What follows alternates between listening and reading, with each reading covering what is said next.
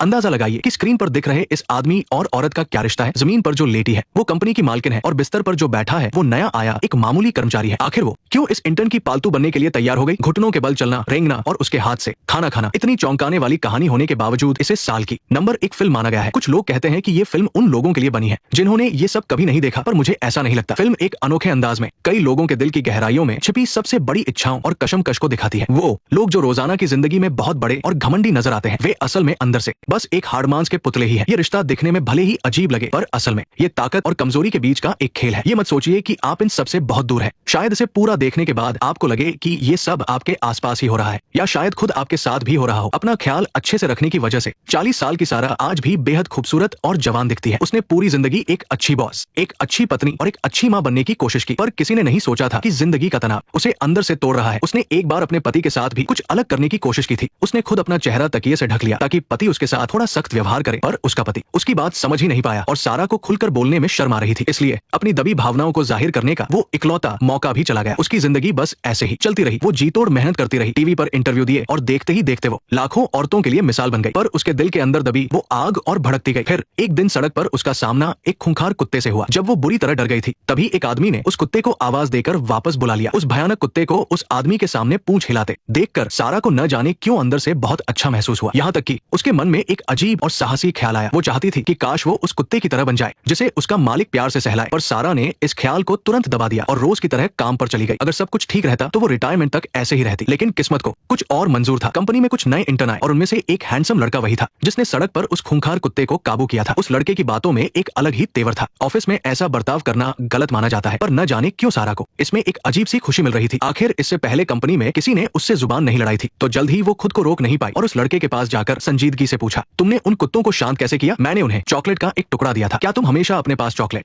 रखते हो? हाँ, क्या तुम्हें चाहिए? उस लड़के को शायद कुछ अंदाजा हो गया था, इसलिए सारा के गुस्से की परवाह किए बिना वो उसकी जिंदगी में और भी ज्यादा दखल देने लगा। सारा को समझ नहीं आ रहा था कि वो उसके फालतू सवालों का जवाब क्यों दे रही है, जैसे कि उस लड़के के सामने वो खुद ब खुद उसकी बातें मानने लगती थी। कुछ दिनों बाद एक पार्टी में जैक ने जानबूझकर उससे बात की और बार बार उसकी बातों को काटने लगा। सारा को गुस्सा आना चाहिए था, पर उसने कुछ नहीं कहा। अपने पति के साथ डांस करते समय उसकी नजरें जैक पर ही टिकी थी। उसे दूसरी लड़कियों के करीब देख सारा को जलन हो रही थी, पर अगले ही पल जब जैक ने अपनी टाई जमीन पर फेंक दी तो सारा के शांत चेहरे पर एक हल्की सी खुशी चमक उठी। उसने चुपके से वो टाई उठा ली और फिर अकेले ऑफिस में जाकर अपनी जिंदगी का सबसे साहसी और अजीब काम किया। उसने कभी नहीं सोचा था कि वो एक टाई की इतनी दीवानी हो जाएगी। जैसे वो महज एक टाई नहीं बल्कि वो जंजीर थी जो उसे काबू में रखती थी। सालों तक दूसरों पर हुक्म चलाने वाली सारा दिल की गहराइयों में किसी और के काबू में रहना चाहती थी। उसे लगा था कि ये सिर्फ उसके मन का ख्याल है, पर तभी जैक ने उसे अपना मेंटर चुना और उसे काम के बारे में समझाने के लिए 15 मिनट मांगे। कंपनी की बड़ी अधिकारी होने के नाते ये 15 मिनट किसी भी इंटर्न के लिए बहुत कीमती थे, पर जैक ने इसे बहुत हल्के में लिया और बड़े आराम से बोला कि इस ऑफिस में बाहर की आवाज नहीं जाती। सारा की हिम्मत नहीं हुई कि वो उसकी आंखों में देख सके। 15 मिनट पूरे होने से पहले ही वो उठकर जाने लगी। तभी जैक ने हिम्मत दिखाते हुए उसे रोक लिया। उसकी नजरों में एक ऐसी चमक थी जो सारा के मन की बात पढ़ना चाहती थी। उसकी इन नजरों के सामने सारा खुद को काबू नहीं कर पाई और उसे चूमना चाहा, पर जैक ने तुरंत खुद को पीछे खींच लिया। नफरत की वजह से नहीं, बल्कि इसलिए कि वो इस खेल को अपने हिसाब से चलाना चाहता था। सारा शर्मिंदा होकर वहां से चली गई, पर जैक मुस्कुराया क्योंकि उसे पता था कि उसने अपना शिकार ढूंढ लिया है। ये साबित करने के लिए कि उसे किसी और से लगाव नहीं है, सारा सालों में पहली बार अपने पति के ऑफिस गई। वहां चल रहे एक नाटक के हिंसक सीन ने उसका ध्यान अपनी ओर खींच लिया।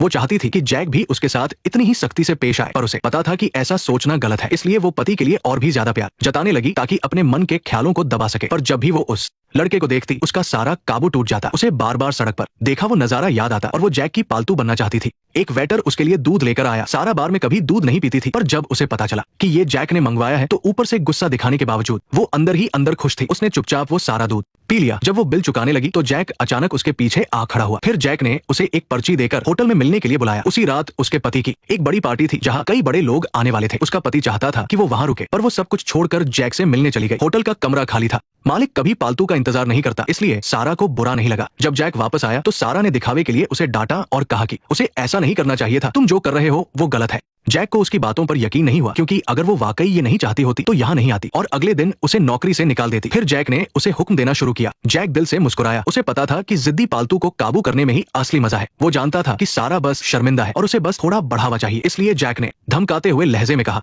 जैक ने सारा के मन की बात पकड़ ली थी, पर वो इतनी जल्दी हार नहीं मानना चाहती थी। पर जैसे ही वो जाने लगी और देखा कि जैक उसे रोक नहीं रहा, तो वो खुद वापस आ गई। पर जैक ने उसे झटके से जमीन पर गिरा दिया और उसे वैसे ही काबू किया जैसे एक नासमझ कुत्ते को किया जाता है। फिर उसने उसे कोने में खड़े होने को कहा। वो बड़ी कंपनी की मालकिन सच में कोने में जाकर खड़ी हो गई और जब जैक ने उसे अपने पास बुलाया तो वो दौड़कर उसके पास गई और अगले हुक्म का इंतजार करने लगी। उसे इतना मानते हुए देख जैक ने उसे जमीन पर लेटने को कहा। अब सारा पूरी तरह उस भूमिका में ढल चुकी थी। उसने एक गहरी सांस ली और घुटनों के बल बैठ गई। जैक ने उसे पालतू की तरह खाना दिया। सारा थोड़ी देर के लिए हिचकिचाई, पर उसकी चाहत उसकी समझदारी पर भारी पड़ गई और वो रेंगते हुए उसके पास गई और झुककर अपने मुंह से वो चीज उठा ली। उसे अपने मालिक के साथ होने में एक सुकून मिल रहा था। बेइज्जती का ये एहसास जैसे उसे दुनिया के सारे तनाव और दुख से आजाद कर रहा था। उस दिन के बाद से सारा को इसकी आदत लग गई। वो ऑफिस से छुट्टी लेकर जैक के साथ होटल जाने लगी। ऑफिस में भी उसकी आंखें बस जैक को ही ढूंढती थी। कभी कभी जैक जानबूझकर ग्लास तोड़ देता और सारा से घुटनों के बल बैठकर कांच उठाने को कहता। इस सब के बाद सारा अपने काम और घर को और भी बेहतर तरीके से संभालने लगी थी। पर उसने ये नहीं सोचा था कि जैक एक दिन सीधे उसके घर पहुंच जाएगा। जैक ने कहा कि वो कुछ जरूरी कागजात देने आया है, पर सारा को यकीन नहीं हुआ। वो बहुत डर गई क्योंकि वो जैक से चाहे जितना प्यार करे अपने परिवार को दाव पर नहीं लगा सकती थी। इसलिए उसने ये सब खत्म करने का फैसला किया। जैक को यकीन नहीं हुआ कि उसकी पालतू उसके काबू से बाहर हो गई है। वो गुस्से में वहां से चला गया। काफी समय तक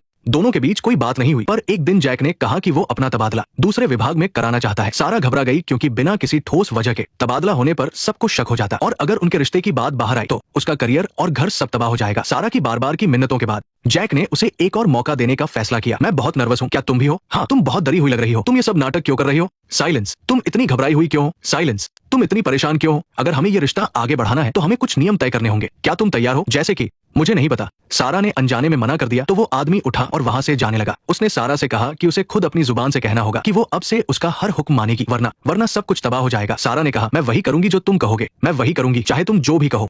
मैं वही करूंगी जो तुम कहोगे। मैं तुम्हारी हर बात मानूंगी। तुम जो भी कहोगे मैं वही करूंगी। मैं तुम्हारी बात मानूंगी। मैं वही करूंगी। बस इंतजार करो। दरवाजा बंद होने की आवाज सुनकर सारा की नींद खुली। अब तक वो पूरी तरह से उस आदमी के वश में आ चुकी थी। उस आदमी के कहने पर उसने हमेशा के लिए एक आलीशान स्वीट बुक कर लिया और फिर बार बार यहाँ आकर वो उसकी बातें मानने लगी। धीरे धीरे उस आदमी की मांगे और भी अजीब होने लगी। उस आदमी ने प्लेट में दूध डाला और उस बिजनेस टाइकून सारा से उसे एक पालतू जानवर की तरह चाटने को कहा। वो उसकी हर बात चुपचाप मान रही थी और उसे इसमें मजा भी आने लगा था। कुछ समय साथ बिताने के बाद अचानक वो आदमी बहुत संजीदगी से बात करने लगा।